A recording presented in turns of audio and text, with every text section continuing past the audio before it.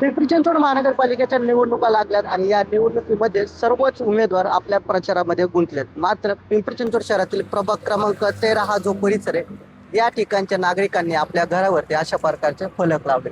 सर्व भावी नगरसेवक आमचे मत बहुमूल्य तुमच्यासाठी असल्यास बजाजमधून येणारा वास निवडणुकीपूर्व पूर्वी बंद करा, असं या नागरिकांचं म्हणणं आहे. नक्की हे बोर्ड त्यांच्या घरावरती लावण्याची वेळ का आली आणि नक्की काय प्रकरण आहे हे जाणून घेऊयात.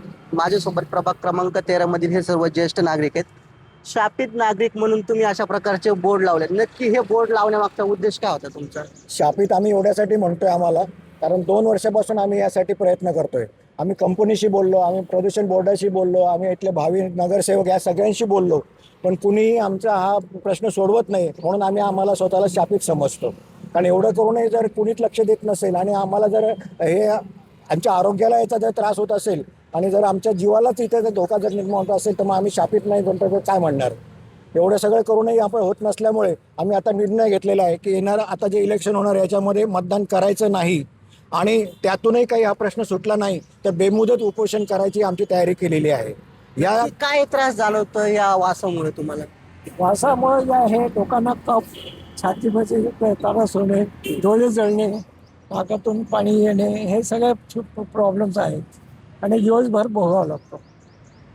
गेल्या अनेक वर्षांपासून तुमचे घर या परिसरामध्ये आहेत. या जो कंपनीमधून वाचतोय, या संदर्भात कंपनी प्रशासनासोबत तुमची काय चर्चा झाली होती? काय तोडगा वगैरे निघालाय? प्रत्येक वेळी कंपनीनं त्यांचा कुठलाही कर्मचारी, ज्याला आपण एम्प्लॉय म्हणतो, तो मिटिंगला पाठवला नाही. त्यांनी पाठवला त्यांचा पर्यावरण सल्लागार, की ज्याला या गोष्टीशी काही घेणं देणं नाही. तो प्रत्येक वेळी मिटिंग फक्त गुंडाळत होता. तुम्ही आत्ता त्यांना विचारलं की नेमका त्रास काय होतो. मी कंपनीला मिटिंगमध्ये चॅलेंज केलं होतं की मला जो कफाचा त्रास होतो आहे त्याचं तुम्ही ॲनालिसिस करा सरकारी लॅबमध्ये. त्यात जर याचे कंटेंट सापडले नाही तर तुम्ही म्हणाल ते आम्हाला मान्य नाही. आणि ही त्याच्यात कोणती कंपनी आणि याच्यामध्ये कुठलं उत्पादन होतं? म्हणजे इलेक्ट्रिक व्हेकल आहेत. ॲक्च्युली इथं जोर आहे तो R&Dवर आहे बजाजच्या. पण तिथं ते पेंटिंगची पण कामं होतात.